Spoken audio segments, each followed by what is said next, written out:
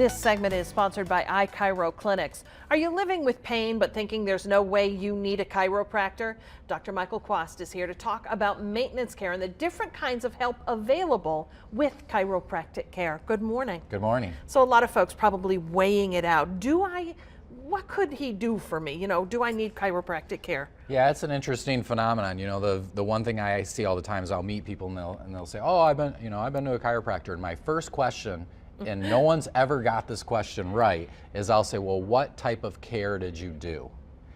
And no one ever knows what I'm talking about. They look at me like I'm crazy. They go, "Chiropractic care." Yeah. Or they'll start to tell me about the technique that the chiropractor Yeah, but what do used. you mean then? What are you going for? Well, there's basically three types of care. There's what we call relief care, which means I go just when I hurt, right? And people think that that's smart.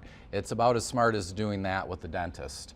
I'll come in when my teeth hurt, right? Yeah. Not good outcomes. The other type of care is what we call corrective care, where you're actually doing testing to find where there's range of motion problems or mobility problems, and you're trying to fix those so you can have a good quality of life. Yes. And then there's what's called maintenance care, where you actually are checking people who feel fine to find where tension, muscle knots, restrictions in their mobility are starting to develop so that you can nip it in the bud.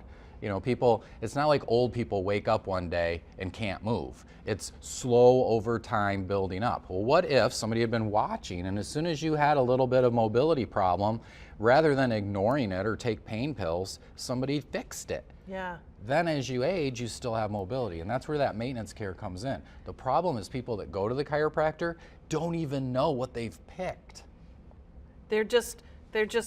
Well, they probably wait too long to be able to pick the maintenance part, right? Yeah, or they just don't even comprehend the options. And my job's not to tell you what to do, but it's to make sure you know what your options are so that you can pick. Because I run into people all the time who are in their 50s, 60s, 70s, and they come in and they learn this and they go, "Why didn't anyone tell me about this stuff years ago?" And I go, "I don't know. If you would have come here, I would have told you that there's other options besides just, oh, and I feel a little bit better, but I still can't turn my head. I still can't bend. I still can't move. My shoulder doesn't move, but I'll be back when it hurts." Of course you're going to be back when it hurts because you don't move. So the minute you do something, you're going to be all flared up again. There's no mystery, surprise, or shock there. That's called common sense.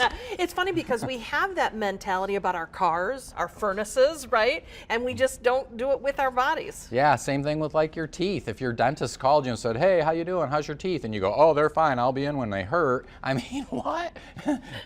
I know some people do that, but that's not a good idea, right? And same thing with what we're doing. It's just people haven't really grasped the concepts yet. And it's unfortunate because if you don't have good mobility, you're going to pay the price of that by having limited quality of life options as you're older. You're not going to be able to do the stuff you want to do and the method that you want to be able to do it. And that's just plain out sad when it's preventable.